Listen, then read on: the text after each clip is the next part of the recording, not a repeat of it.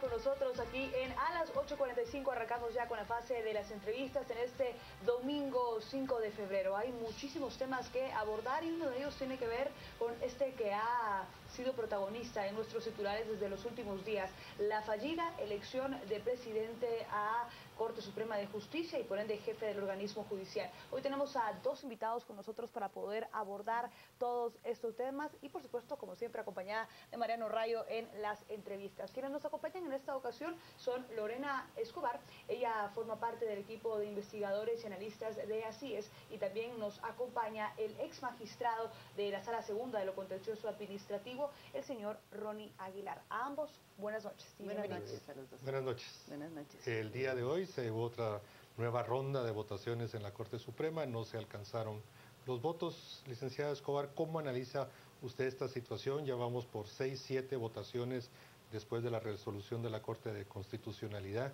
¿Cómo ve usted el panorama actual de la Corte de Suprema de Justicia? Primero, no es algo novedoso, ya hemos visto en otras cortes que es difícil llegar a un consenso de quién es el presidente. Esta vía se había caracterizado por tomar decisiones rápidas y unánimemente. Pareciera que entonces hay una división, como se ha dado en otras cortes, de un grupo, se forman dos grupos y no llegan entonces a decidir quién es el próximo presidente de la Corte Suprema de Justicia. Podría darse más rondas.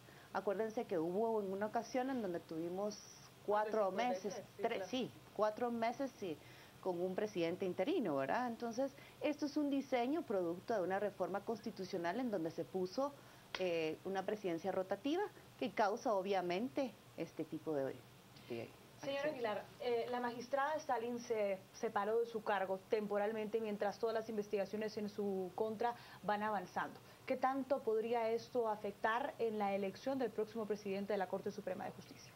Bueno, yo particularmente consideraría que no habría mucha incidencia en esta particular salida de la licenciada Stalin, puesto que existe, por lo menos mientras haya 9, la posibilidad de la elección del presidente, porque es una elección calificada, donde se requiere un número de 9 para obtener el beneplácito de todos los compañeros. En tanto existe ese número, si fuera menos de los 9, entonces sí entrarían en un conflicto de que la Corte estaría desintegrada, pero hasta este momento creo yo que no está desintegrada.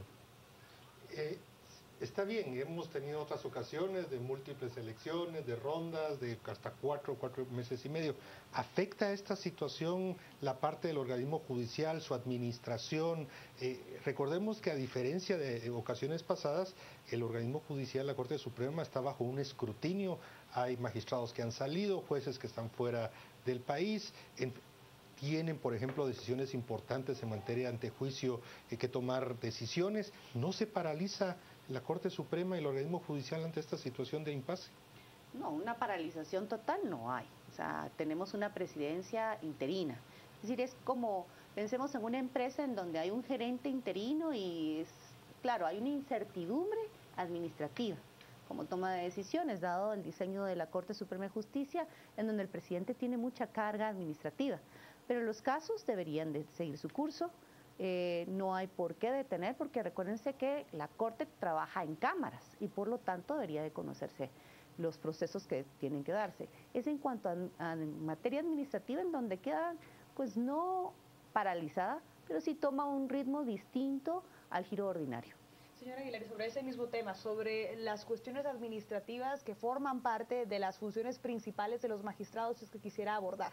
Casi el 80% de las funciones de los magistrados tienen que ver con temas administrativos. En vista que se están ya contemplando reformas al sector justicia en la Constitución, ¿deberíamos de cambiar este tema con el fin de aprovechar también la profesionalización que se le está exigiendo a quienes vayan a presidir el organismo judicial?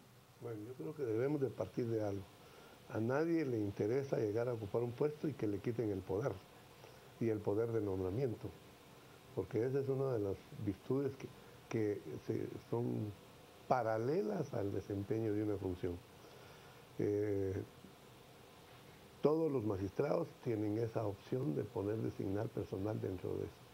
Pero en los aspectos administrativos no hay ninguna deficiencia, porque ya hay un aparato administrativo mucho más grande que el jurisdiccional. Cuando nosotros estuvimos de magistrados, generalmente criticábamos que el aparato administrativo ya era muy grande para todo el organismo judicial y que incluso tenía preferencia sobre lo que eran las ventajas que tenían los miembros de los cuerpos jurisdiccionales. Es decir, por ejemplo, los gerentes gozan de vehículo, de teléfono pagado por la corte y de otras prerrogativas adicionales que no tienen los magistrados de salas de apelaciones, por ejemplo. Pero, señor Aguilar, con respecto a las funciones en sí que tienen que ir ejerciendo, ¿no deberíamos de considerar alguna clase de cambio para aprovechar todo este bagaje cultural que tienen, la experiencia judicial con la que también se espera que vayan teniendo para llegar a un puesto tan alto, con el fin de pues poder ir aplicando su criterio en todo momento? Vea, yo consideraría que las cosas hay que meditarlas, porque si en este momento que no tiene facultades todavía el aparato administrativo para tomar las propias decisiones, cuando se le otorguen va a ser entonces un poder sobre otro. Es decir, el poder administrativo del organismo judicial va a ser mucho más fuerte que la propia corte.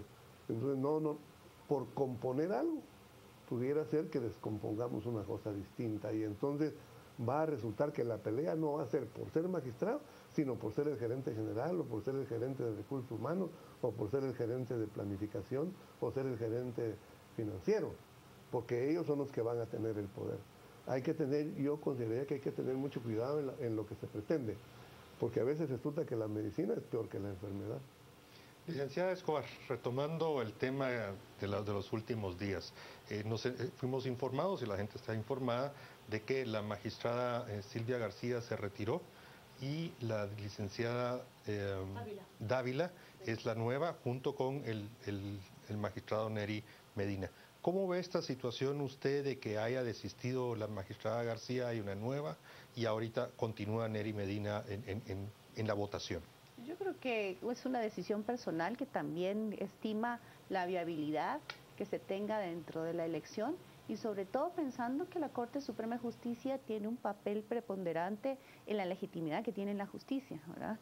No todos los guatemaltecos estamos involucrados en ese diseño del que estaban hablando ustedes de la Corte Suprema de Justicia ni en las reformas constitucionales, pero sí los guatemaltecos están atentos y estamos ante digamos, el actuar del funcionario. No se hace distinción entre un juzgador y un funcionario público que no ejerce jurisdicción. Entonces, también es importante que den legitimidad a un proceso, que también se recupere fama y prestigio en la función pública y en este caso los jueces.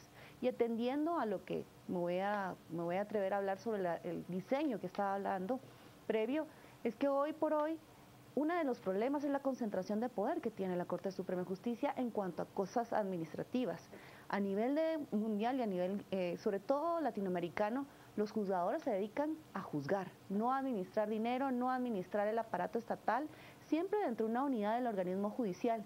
Y por lo tanto, nosotros desde ACIES hemos insistido en la separación de funciones administrativas de las jurisdiccionales. Y puede ser que este es uno de los problemas a los cuales pues cada vez nos enfrentamos cuando se elige a un presidente, porque no pareciera entonces que el interés es de ejercer la función jurisdiccional, sino ese poder que es el administrativo y el judicial, para el cual los abogados no hemos sido en ninguna forma capacitados en el ejercicio de esa función.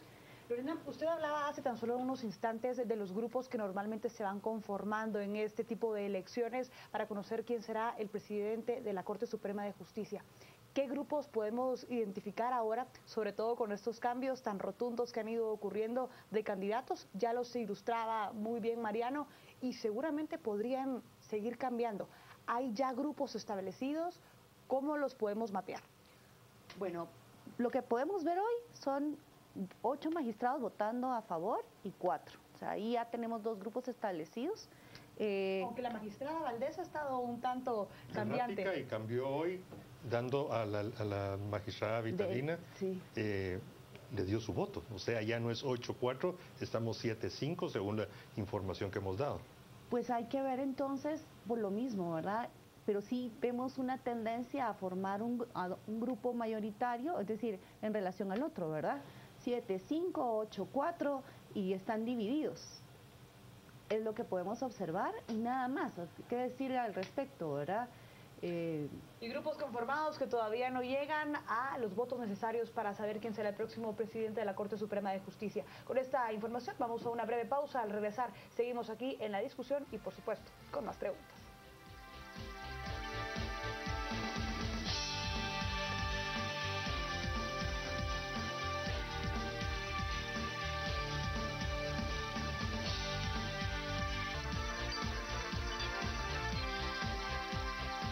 Gracias por continuar con nosotros. Estamos ya de vuelta a las 8:45. Y antes de ir a la pausa hablábamos de los nuevos nombres que han sonado muchísimo más en las últimas horas con respecto a quienes podrían presidir la Corte Suprema de Justicia. Algunos de ellos son Delia Dávila y también el magistrado Neri Medina. Pero por ello quisiéramos seguir comentando con ustedes qué antecedentes tenemos de estos dos contendientes, qué podemos decir de su experiencia y también las razones por las cuales el tablero de votos se ha ido configurando.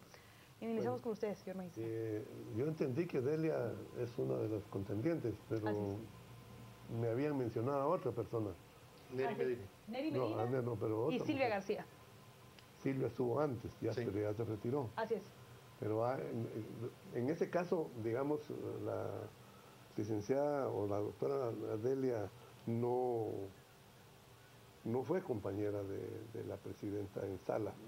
Hay otras compañeras de sala y lo que existe ahí en esos grupos a veces afinidad personal, es decir, con los que se han compartido actividades dentro del organismo judicial y entonces pues, se identifican o se platicaron antes para llegar a un acuerdo del apoyo en cuanto a la presidencia.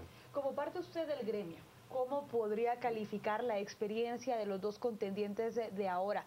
¿Quién considera que se apega mucho más a lo que la misma ley establece y requiere para el puesto? Mire, yo creo que en cuanto a la trayectoria de los que están participando, Neri es el que tal vez tiene más trayectoria porque él ha sido una persona de carrera, ha sido juez e incluso fue después magistrado de sala, aceptó irse al Petén, que no cualquiera acepta estar en un departamento y tan lejano. Y yo solo algo que le señalaría a Iván Neri es que a veces no tiene el suficiente carácter, es un poco temeroso y a veces así ya para ser un presidente de un organismo del Estado, que son 3 presidentes los que debe de tener alguna posición firme en las cosas. Ese sería el único señalamiento que yo le haría como compañero de magistratura de sala de apelaciones, lo conozco hace mucho tiempo, antes de que fuera magistrado.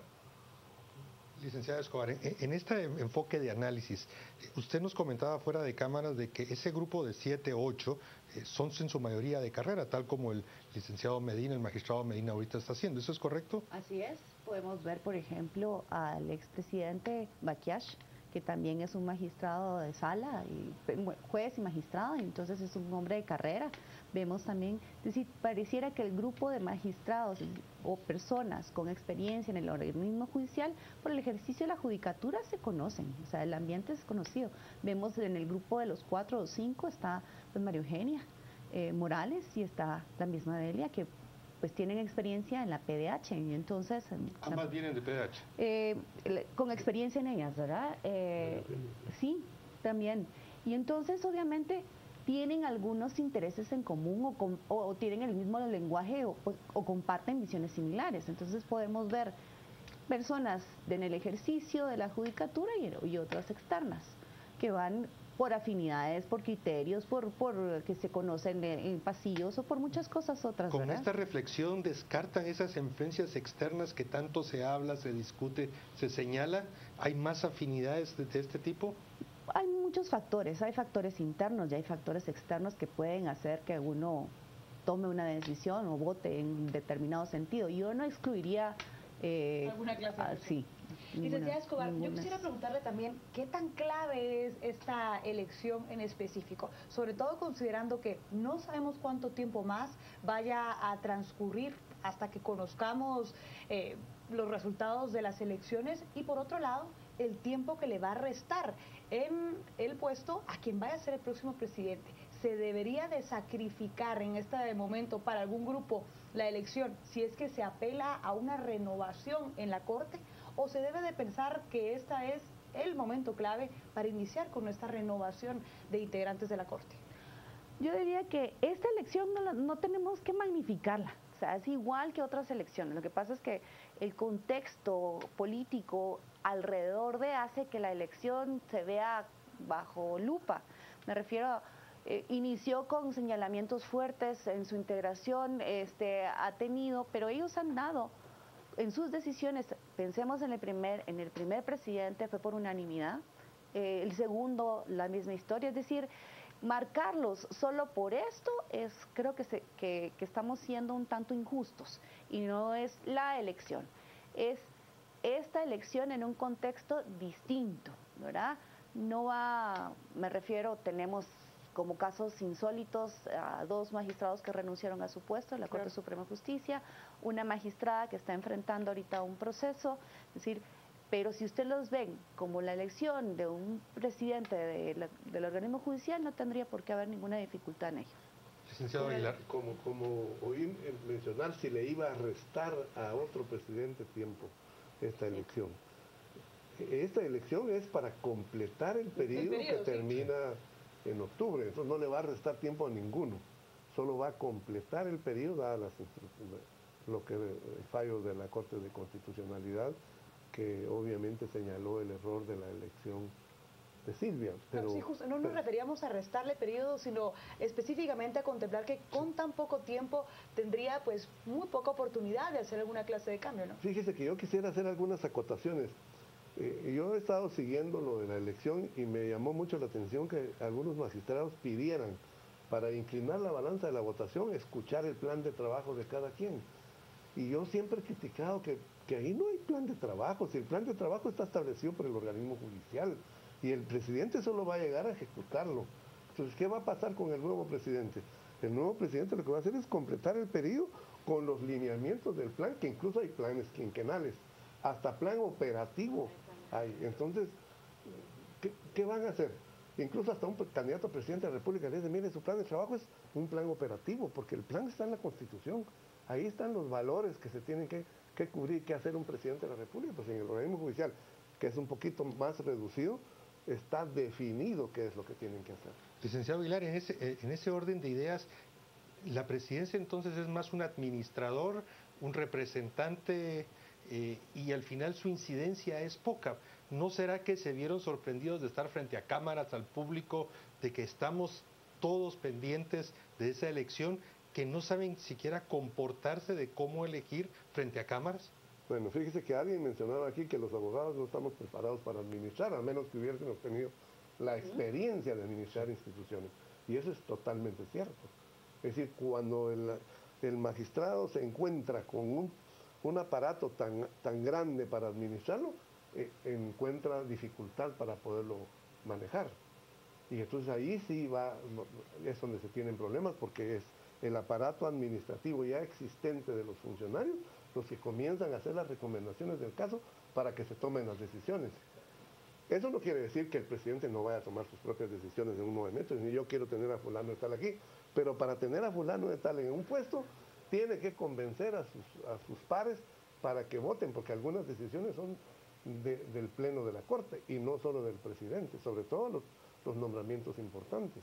Licenciada Escobar, para terminar, ¿quién será la figura clave en estos 2 grupos que se vayan conformando en la elección para poder atraer más votos y al final determinar quién será el presidente del OJ? Ay, yo no me atrevería a decir quién es esa figura clave. No la sé identificar, aunque están diciendo que las mujeres, por ser mayoría, debería de ser una mujer la que presida. No creo que esa sea el único criterio para elegir a un presidente de la Corte Suprema de Justicia, sino que deben existir otros factores que permitan aglutinar y llegar a un mejor consenso y dar legitimidad a esa elección, y sobre todo el respaldo que necesita el presidente de la Corte Suprema de Justicia frente a este contexto político que se está dando. Excelente. Bueno, muchísimas gracias a ambos por habernos acompañado hoy en domingo a las 8:45. Vamos a ir a una breve pausa comercial, pero por favor quédese con nosotros, que al regresar estaremos abordando muchos más temas.